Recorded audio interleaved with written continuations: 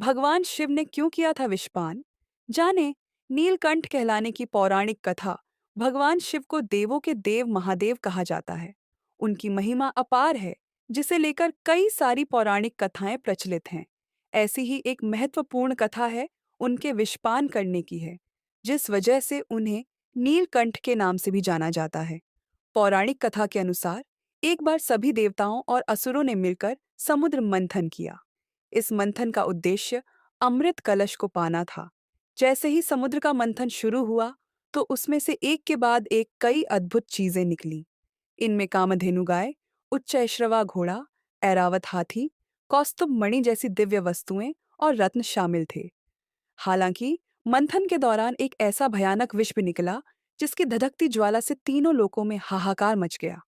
यह विष इतना शक्तिशाली था कि इसकी एक बूंद भी सृष्टि का विनाश करने में सक्षम थी। देवता और असुर दोनों ही इस विष के भयानक प्रभाव से भयभीत हो गए थे। वे समझ नहीं पा रहे थे कि इस विष का क्या किया जाए, क्योंकि किसी के भी अंदर इसे सहन करने की क्षमता नहीं थी। तब सृष्टि को बचाने के लिए सभी ब्रह्मा जी के पास पहुंचे। ब्रह्मा जी ने उन्हें भगवान शिव की शरण में जाने की सलाह दी, क्योंकि केवल वे ही इस विष का सामना कर सकते थे।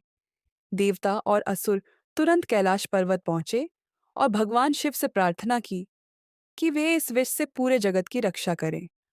भोलेनाथ ने तुरंत सृष्टि को बचाने के लिए उस भयानक विष को पी लिया, लेकिन उसे अपने कंठ से नीचे उतरने नहीं दिया।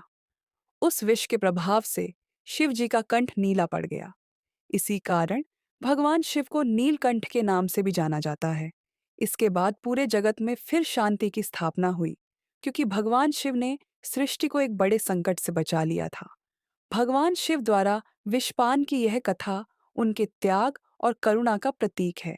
शिव जी का नीलकंठ स्वरूप बेहद निराला है। कहते हैं कि उनके इस रूप की उपासना करने से भक्तों के सभी कष्टों का अंत होता है।